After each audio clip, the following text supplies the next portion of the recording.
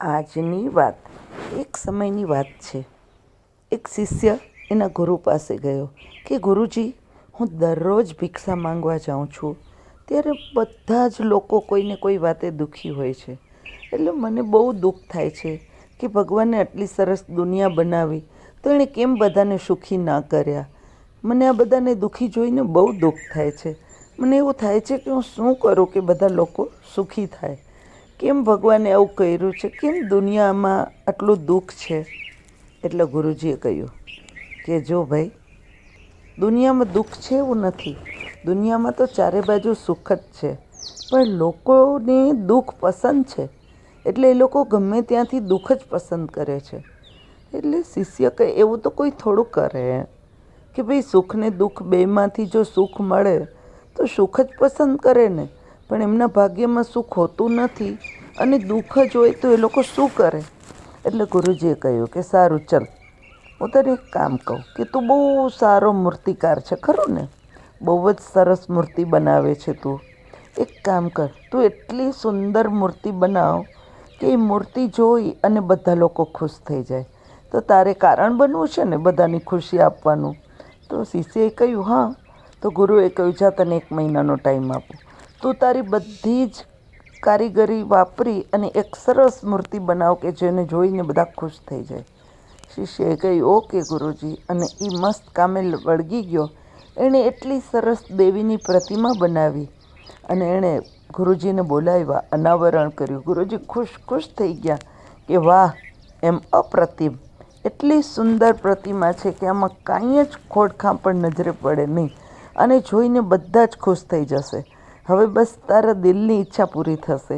એને આપણે નગરના દ્વાર પાસે રાખશું કે જે લોકો અંદર જાય બહાર આવે એ બધાની નજર આ પ્રતિમા ઉપર પડે અને લોકો ખુશ થઈ જાય. એટલે શિષ્ય પણ ખુશ થઈ ગયો. ખરેખર બહુ સુંદર મૂર્તિ હતી. પણ ગુરુજી એને કહ્યું તું એક કામ કર ને, એમ એની અંદર દેખાય નહીં ને એવી રીતે ક્યાંક જરાક એક ડાઘો કર. એટલે શિષ્યને બહુ નવાઈ લાગી કે ગુરુજી એવું શું કામ કરવું છે એમ. તો ગુરુજીએ કહ્યું કે તું કરતો ખરા એમ.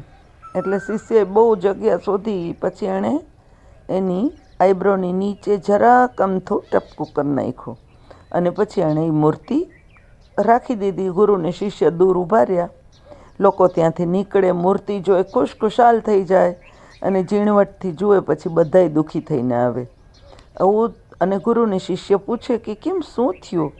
એટલે કહે કે જો ને મૂર્તિકારે મૂર્તિ તો બહુ સરસ બનાવી પણ એક ડાઘો રાખી દીધો એટલે મૂડ ખરાબ થઈ ગયો. એમ કરતાં કરતાં બધા વારાફરતી નીકળે અને ખુશ થઈ અને પછી દુઃખી થઈને બહાર આવે. અને ગુરુ શિષ્ય બધાને પૂછે. શિષ્ય એને પૂછે પણ ભાઈ આખી મૂર્તિ સરસ છે તો એ તમને નથી દેખાતું, એક આટલો નાનો ડાઘ જ દેખાય છે. એટલે લોકો કહે હા, પણ અમને તો ડાઘ જ દેખાય છે. એટલે પછી એમ કરતાં રાજા આવ્યો. રાજા મૂર્તિ જોઈને ખુશખુશાલ થઈ ગયો કે આટલી સરસ મૂર્તિ તો મારા રાજમહેલમાં જોવી જોઈએ. એટલે એ મૂર્તિને જોવા માંડ્યો અને એ દુઃખી થઈને બહાર નીકળ્યો. એટલે ગુરુને શિષ્ય એને પૂછ્યું કે રાજાજી શું થયું? આટલી સરસ મૂર્તિ છે તો તમે કેમ દુઃખી થઈ ગયા? તો કે જો ને એના આઈબ્રો પાસે એક નાનકડો ડાઘ છે. એટલે ગુરુને શિષ્યએ પૂછ્યું પણ રાજાજી, આખી આટલી સુંદર મૂર્તિમાં તમને એ ડાઘ જ દેખાણો? આખી મૂર્તિ નથી દેખાતી કેટલી સુંદર છે? રાજાએ કહ્યું કે ના, આખી મૂર્તિ ભલે સુંદર હોય પણ એ ડાઘ છે એમ ના ચાલે એમ. મને એ ડાઘ નથી ગમતો એટલે મારું નજર એની ઉપર જ જશે. એટલે તરત જ ગુરુએ શિષ્યને કહ્યું કે જોયું, આટલી સરસ મૂર્તિ છે, તે દેખાય નહીં એવી રીતે નાનકડો ડાઘ મૂક્યો છે, છતાંય લોકોનું ધ્યાન ક્યાં જાય છે? ડાઘ ઉપર જ ને. હવે તું કહે છે કે લોકો દુઃખી છે, આપવાવાળાએ તો એને બહુ સુખ આપ્યું છે, પણ જરાક નાનું અમથું આ ડાઘની જેમ કંઈક પ્રોબ્લેમ આવે ને લોકો એને જ ઘાઈને મોટું કરે છે. હવે તું કે આમાં કઈ રીતે લોકો સુખી થઈ શકે? મોરલ ઓફ ધ સ્ટોરી શું મારા વાલા મિત્રો? આપણો સ્વભાવ જ દુઃખ શોધવાનો છે. આપણે શોધવા બેસીએ ને તો કુદરતે આપણી લાયકાત કરતાં ક્યાંય વધારે આપ્યું છે, પણ આપણો સ્વભાવ છે ને એ ફોલ્ટ ફાઇન્ડિંગ છે. આપણને દુઃખ ન હોય તો ભૂતકાળના દુઃખને વાગોળશું, ભવિષ્યમાં કેવા દુઃખ આવી શકે એની કલ્પના કરીને દુઃખી થશું, પરંતુ આપણને સુખ પચતું નથી. આપણે કદાચ વિચારવા બેસીએ ને તો આપણી પાસે એટલું બધું સુખ છે કે દુઃખી થવાનો ટાઈમ જ ન મળે.